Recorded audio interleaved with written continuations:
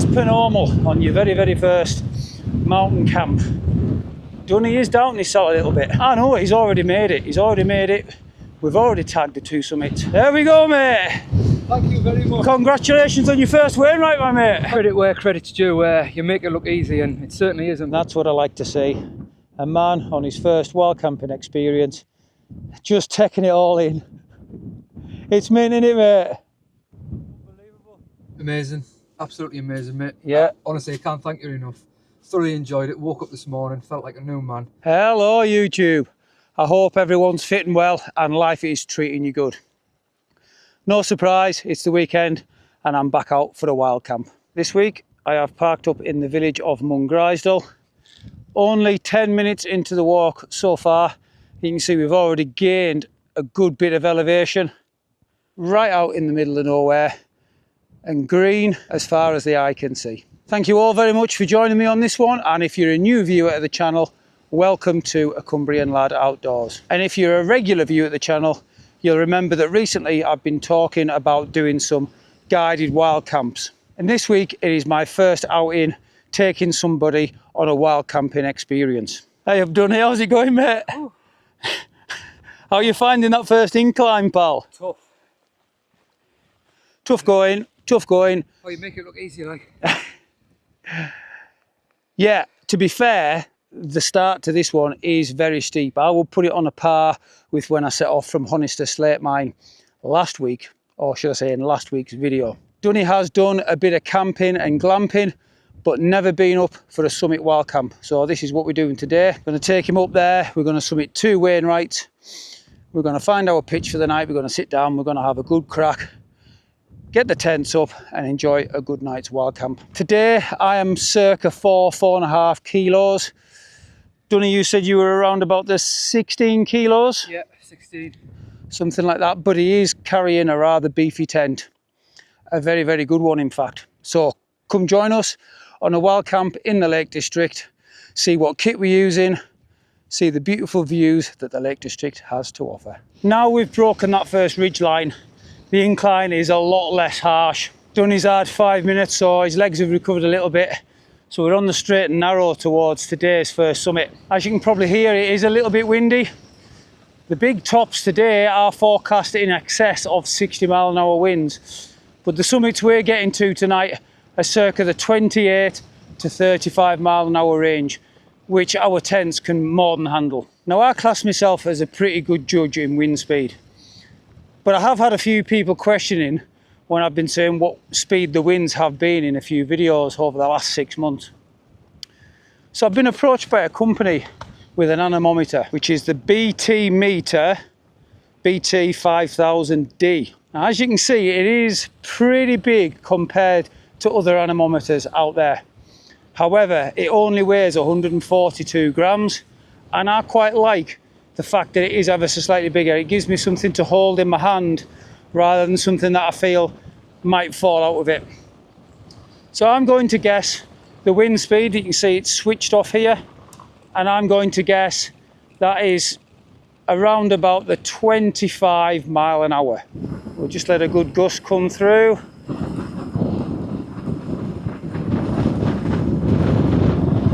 .3. I'll take that. That's not a bad guess. 2.5 miles an hour out. Now I will run through the features of this anemometer a little bit later, but you can see we've got a temperature on there. At the moment I've got the wind speed displayed in miles per hour, but there's quite a lot of settings on there.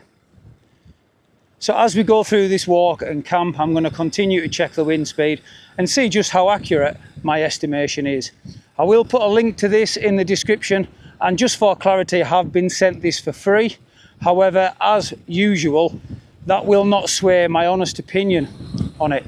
We really are over the worst of that first ascent now. You see, it really is a steady, gentle uphill. Glencatherine view, and I would say we're equivalent to 2/3 of the way up that. Starting to get some views down the other side. Heather is starting to turn purple. Now, as per normal on your very first mountain camp, Dunny is doubting himself a little bit. Obviously I've been offering him words of encouragement. He keeps saying if he's going to make it. I know he's already made it. He's already made it. We've already tagged the 2 summits. He's sat in his tent and he's had a beer. I know that in here. But that's all part of this wild camping experience. You know, I'm not qualified, but I've taught myself and I've got a lot of experience, and I'm very keen to pass that on. As we're climbing, that wind is picking up.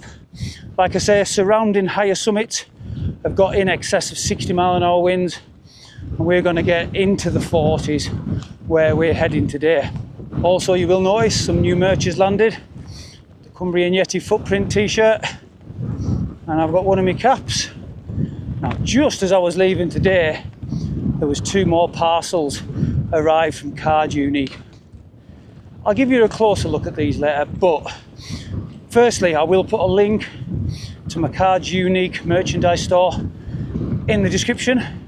So if you guys want to support me, you know, I don't make a great lot of money off these, but you can support me and get some cool stuff to wear while you're out and about. Secondly, a big thank you to Jonathan from Card Unique. Mate, honestly, I am super happy with all the merch you've been sending my way. Honestly, mate, I can't thank you enough. But for now, I don't think we're too far away from that first summit. And once again, if you want to follow this exact route, I will put a link to the Garmin route in the description, so you can click on that, download it and follow it.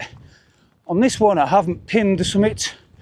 The end is the second one, and there's a big circle stone windbreak where the first one is. But for now, we've just got to navigate over this bog. As we're ascending, that wind speed really is picking up. It's not horrendous at the minute, but I can definitely feel it getting stronger. We'll have a little check at the summit, but I reckon that's up towards possibly 25 to 30 miles an hour now. How have you found the ascent so far, Dunny? Good. Very, very tough at the start.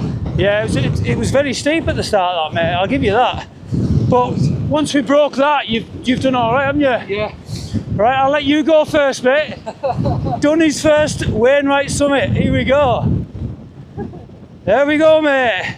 Thank you very much. Congratulations on your first Wainwright, my mate. Thank you very much. And now it's my turn.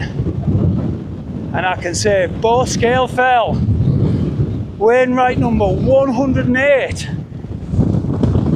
Don't amboshed it, mate. Another one off the list. Ooh-wee, that wind really is picking up now. Lovely, moody 360 views. Right out over the Solway. Heather starting to turn purple. And some fantastic mountain ranges in view as well. Right, let's see how good my wind estimation is. 25.6. Yeah, I'm happy with that. I was within range there. Obviously within 5 miles an hour. It's generally how I tend to estimate it. But that wind is obviously gusting higher and lower as well. Look at it, it's actually making my eyes water. We are going to enjoy a little bit of time at the summit before we move on to Wainwright number 2 of the day. We are just over half a mile away from today's second and final summit. Cracking view down the valley. Look at that rock face. I don't know whether the camera will pick it up as well as what I'm seeing, but that looks absolutely stunning to the eye. A cracking closer view of Sharp Edge on Blencathra with some people on the summit, and we can just and so see the trig point on the summit that we're heading to. There was a couple of little pitches on that first summit, so obviously we are keeping our eyes out for suitable places to pitch the tent. And right where we are here, we do seem to have a little bit of a lull in that wind. So if we could find somewhere here, that might be to our advantage. And here we go. Wainwright number 2 of the day. Bannerdale Crags.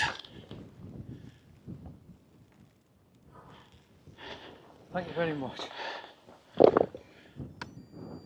Don't amboshed it, mate. Another one off the list. And Wainwright 109. Wow. That's the first summit. Just there, you can see relatively, or in fact very easy transfer walk to the summit here. Well done, Dunny. That's 2 Wainwrights on your first wild camp, mate. How are you finding it so far?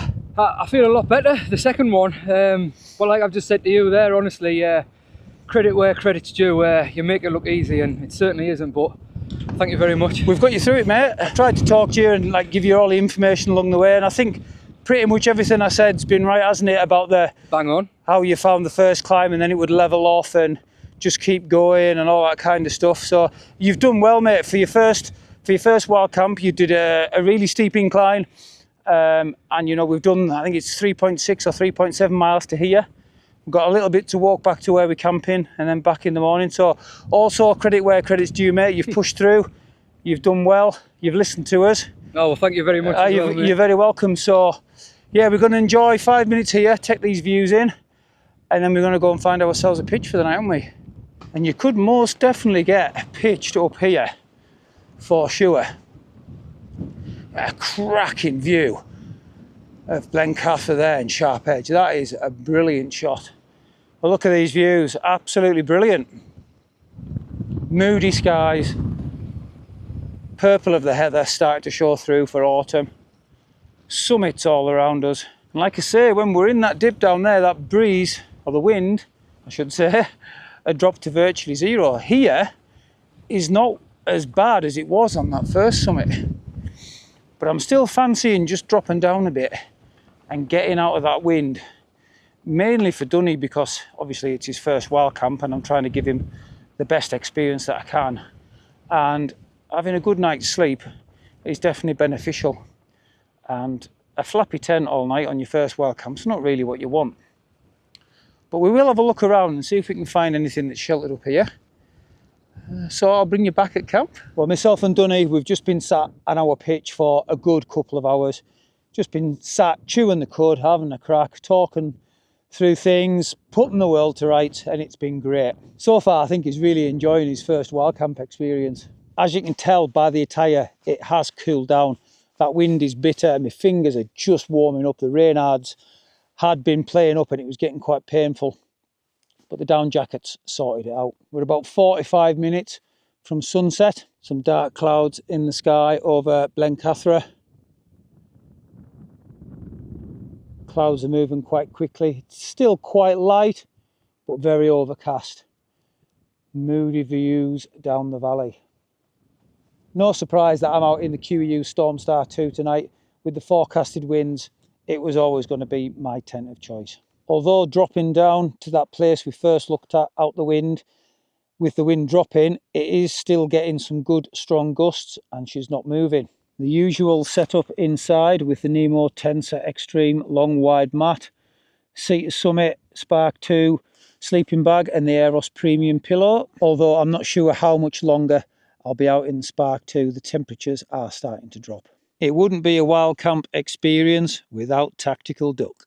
If you know, you know. Jetboil with the coffee system. We've got another gym kitchen microwave meal tonight, another macro counted one. 20 grams of protein, 343 kilocalories, 13 grams of fibre, piri piri grains.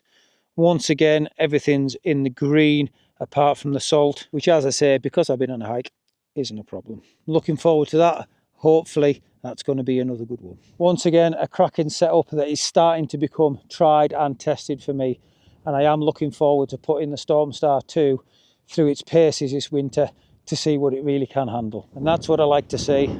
A man on his first wild camping experience, just taking it all in. It's mint, isn't it, mate?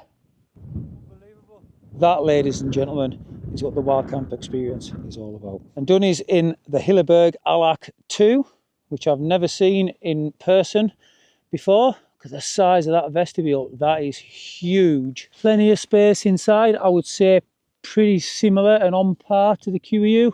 Flextail 5R pad, Alp Kit Sky High 700 down bag, and I am liking the look of that pillow. What makes that, mate? That's the new Flextail one. That's the new Flextail pillow, which looks slightly moulded for the shape of your neck and it attaches around your mat. I like that. I like that a lot. Obviously he's got his cook set in the vestibule and he's got a couple of beers. And not a bad view out the tent in the morning either, mate. Could not buy it. Right, the pair of us are going to jump inside our tents. We're both going to get our tea on at the same time. I'm looking forward to seeing what that tastes like. And then we're going to sit and have a bit of a crack. And hopefully Dunny is going to tell you good things about the wild camping experience with myself. Boy, is it nice to get inside the tent out of that wind. Surprisingly cold for the time of year. I know we're just into autumn, but the wind chill today has been quite savage. Like I say, we are still getting some decent gusts down here, but we are well out of the worst of it. So definitely a good decision for Dunny's first pitch. Getting gusts of just shy of 9 miles an hour. So the first time I've been using the BT meter 5000D. I have had an anemometer before, but it was just one of those little battery powered ones, and every time I used it, the next time I come to go camping, the battery was flat. And one of the things that I really like about this is it's USB-C chargeable, so you can recharge it up off your power bank. Top swivels all the way around one way and then halfway around the other, so you can make sure that the fan is in the right direction. Although it's light, my first impressions were that it is a little bit big, because it is quite a bit bigger than most. But over the day, I've quite liked the dexterity of having it a bit bigger. I know that I've got it in my hand. I know that it's there, if you know what I mean. It sounds a bit silly. Maybe on the next model, they could make it slightly smaller. But as it goes, it's lightweight. Happy with it. LED with touch buttons. So like I say, at the moment, it's in miles an hour. And it's displaying the temperature at the bottom there. You can click it into flow, the other readings at the bottom there, and change it to meters a second, kilometers an hour, all variety of settings, knots, back to mph, brightness settings, change it to Fahrenheit. Absolutely bang on, and it served me well today. And it's also proved that my estimation of wind speed is pretty good. I was within 5 miles an hour on the speed every time before I switched it on, so I'm happy with that. Like I say, I was sent this for free, but my opinions are my own and genuine. I'm pretty happy with that. I think it was $26. I will put the conversion to pounds on the screen, and there will be a link in the description should you want to get yourself one. Right, it's definitely time to eat. You don't need to see me boiling it up in the jet boil. So I'll bring you back when it's time to see what the peri peri grains is like. Well, I've not been disappointed by one of these yet, so I've got high hopes.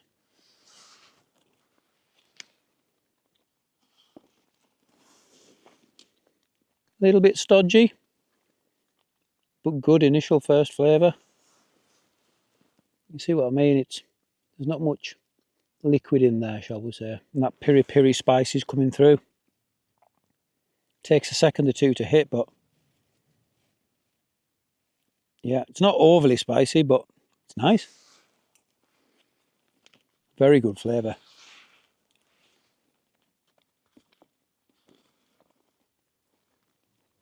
What I will say, this pack seems to have more in it than the others that I've tried. Once again, it is a vegetarian meal, so there's nothing to stop you putting one or even two of these in a mylar bag and adding a meat of your choice to bulk it out. But what I will say is that little bit of stodginess and the amount that you've got in the packet, it is quite filling.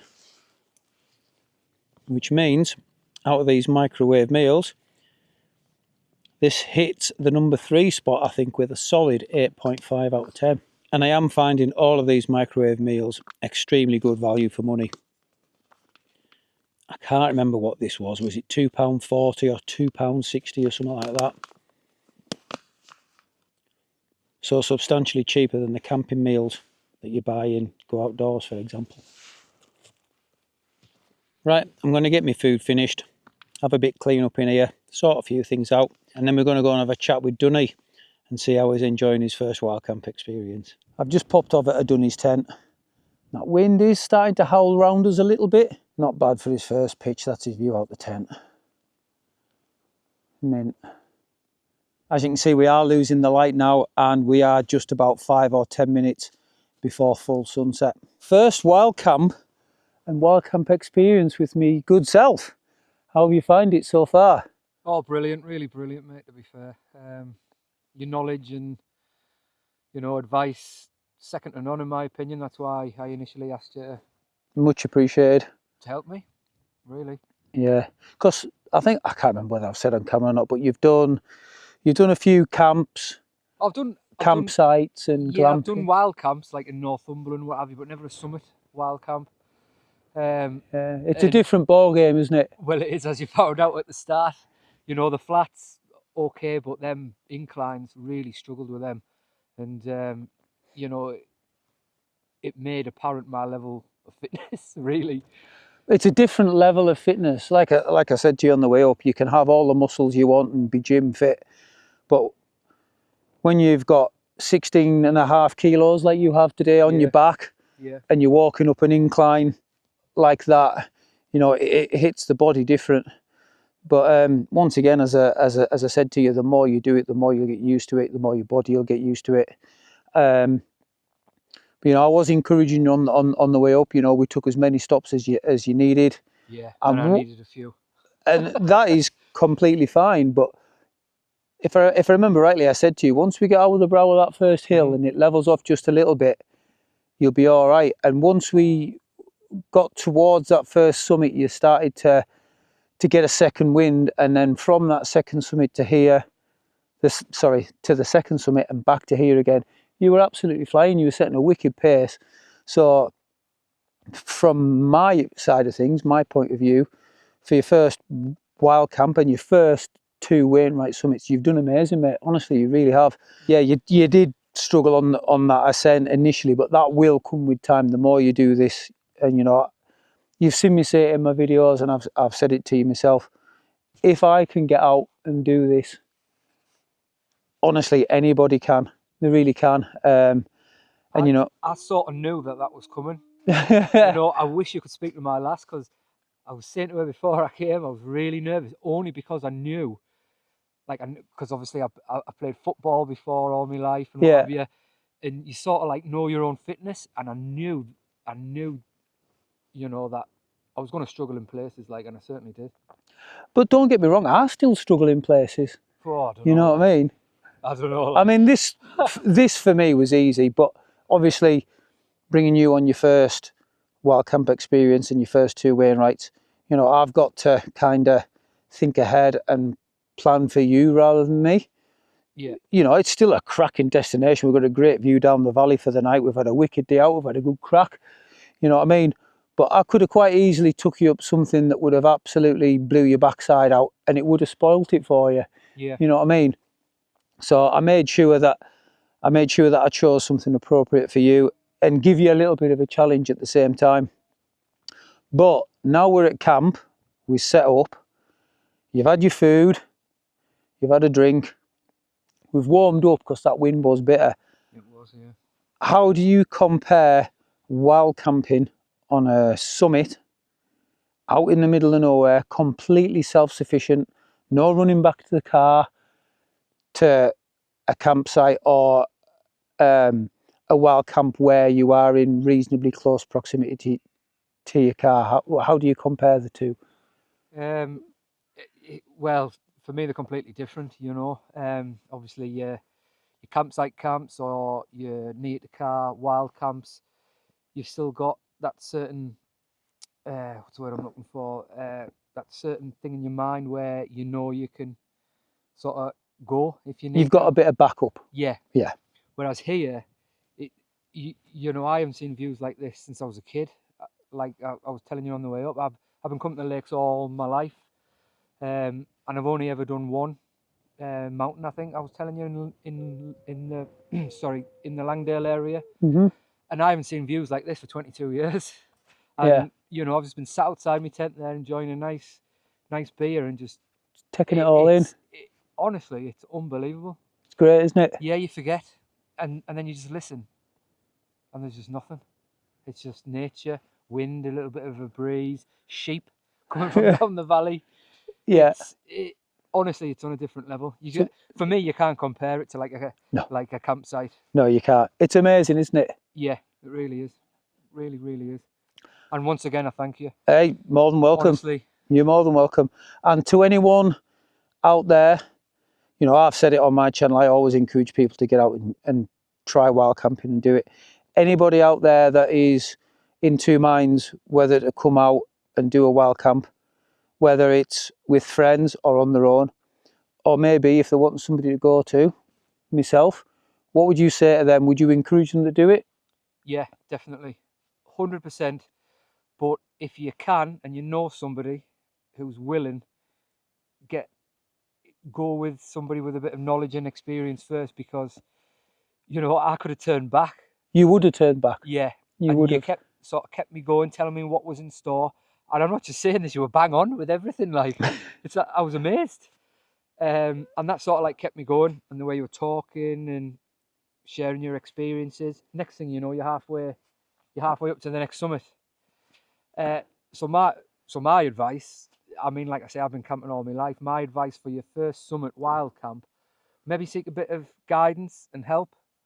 If you can't, take it steady, take it slow, stop if you have to, like I did. And if you stop, start, you will get there. Yeah, 100%. And you're rewarded with views like this. Wild camping's amazing, isn't it, on summits? Yeah, it's on a different level. Like, thank you very much to Paul for allowing me to come with him, and for him lending me his expertise and knowledge. He didn't have to say yes. I didn't know him, and I don't know him. And for somebody who's willing to do that is pretty special. So thank you very much.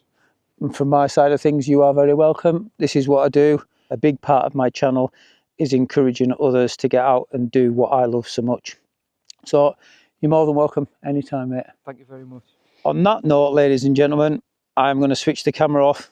Myself and Dunny are going to have a bit more of a crack. And I shall bring you back in the tent before I go to bed. Well, it's pitch dark outside now, so myself and Dunny have decided to retire to our separate tents for the evening. We had a good crack inside his tent, and it's safe to say for his first Summit Wild Camp, he is absolutely loving every second of it.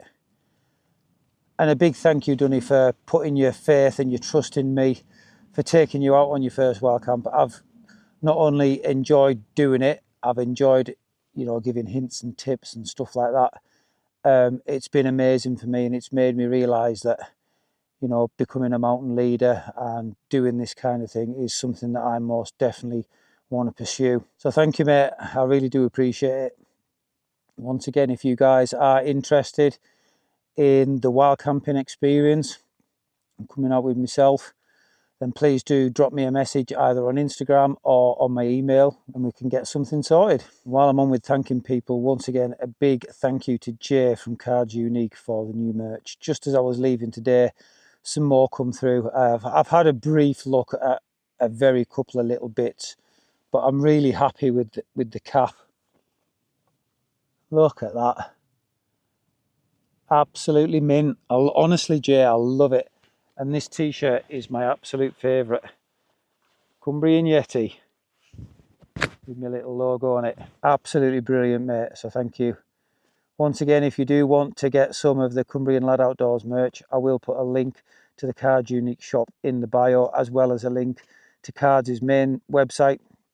His main thing is doing specialised birthday cards. So if you're looking for a birthday card for that special person, Jay is your man. Unfortunately, there's going to be no drone footage tonight. I decided not to bring mine with me. As you can hear, the wind is starting to pick up. I have managed to get a few photos, so I hope you enjoy those overnight. And we'll see you in the morning.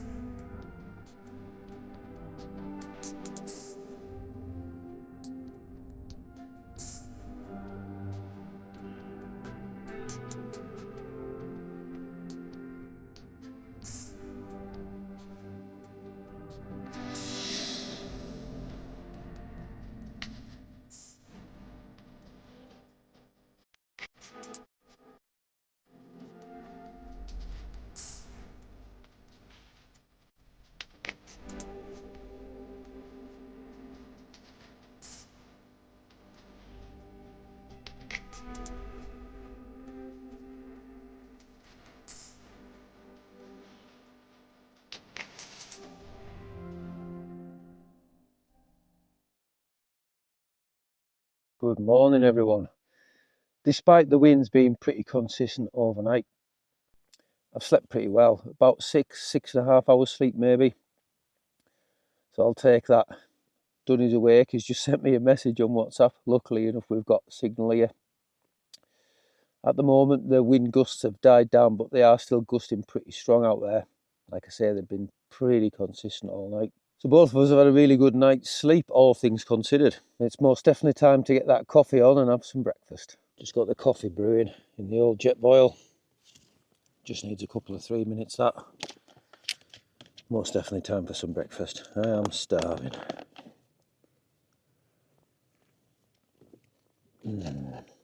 Although we're only getting gusts of wind down here, like that, which is pretty strong. Guessing definitely somewhere in the 40-mile-an-hour range. The higher peaks around us, you can really hear that wind like whistling around it. So we've got some good strong winds this morning.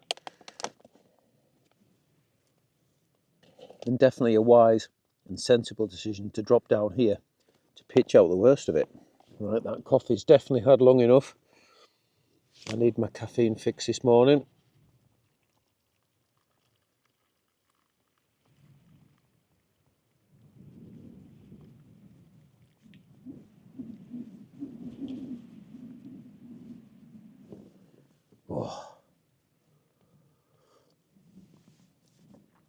Oh, that's better.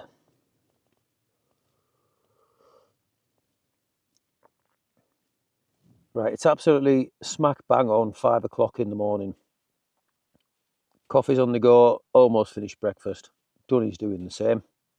So I'm going to get myself away, finish that off, and then the usual role of packing up inside the tent, making sure I've got everything ready to go.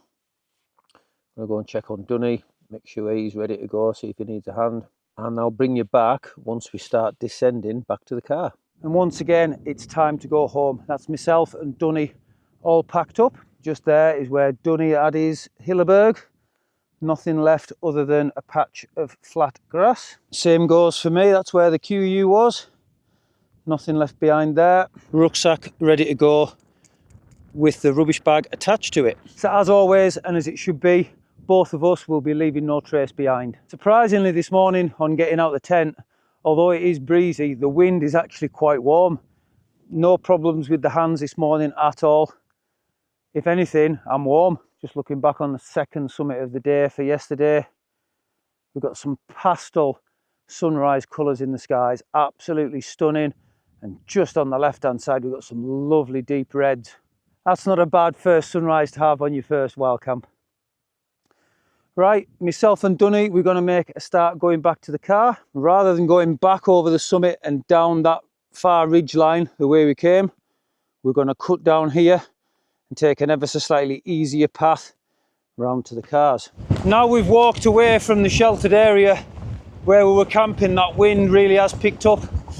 Once again, I'm guessing this is round about the 30-mile-an-hour range of wind.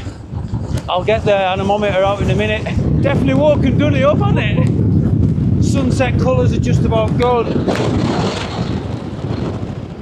Look at that. 26, 27 mile an hour gusts there. So once again, I wasn't far off.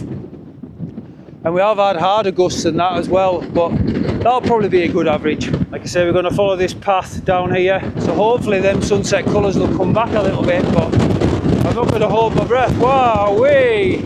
We're now well on the descent on that separate path that looped us round to the start. Just looking back to where we camped.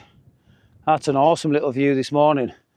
And another cracking route up if you wanted to follow that ridge line there. Fantastic. I didn't think it would, but them sunrise colours have reappeared. Look at that.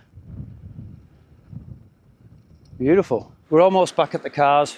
Bottom level, right in the middle of the valley.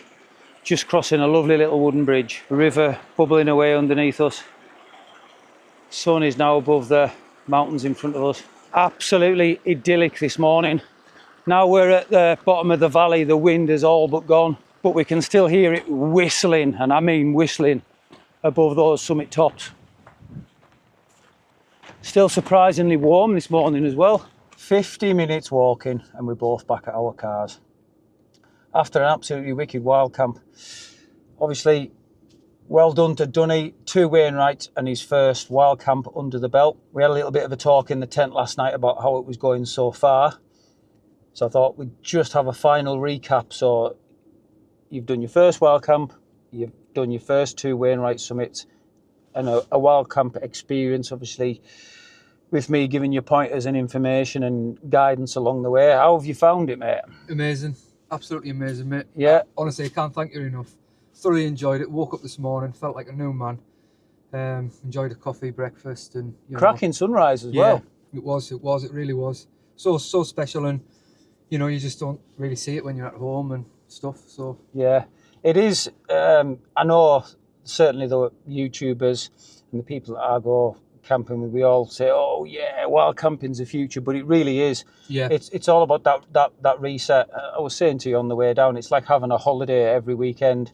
You're going out, you're spending almost a full day in nature, you're sleeping in nature. Although it can be physically demanding and tiring, it does give you that recharge and that reset as well as being enjoyable.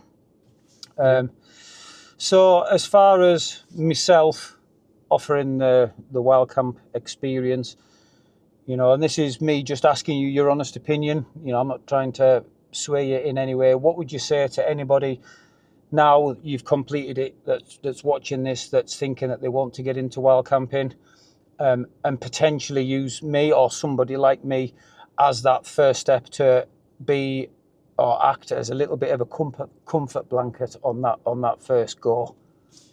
Well, it's simple, really. Amazing knowledge and experience, second to none. Really did help me through various parts of the first summit, even the second summit. Your advice as we were going along, I still really can't get my head around it because you got it bang on. You sort of like predicted it, and for me, that's what I wanted. That safety blanket, if you like, just in case something went wrong. But as far as you went, mate, honest to God, top marks. Thank you very much. Thank you very much. Nice to hear that. So I'm going to call that a success, both on my part and on Dunny's part, for getting through it, completing all the challenges that were in front of us. Thank you all very much for joining both of us on this one, and I hope you've enjoyed it as much as we have. So once again, until next time, stay safe, much love from Dunny and a Cumbrian lad. Thank you very much.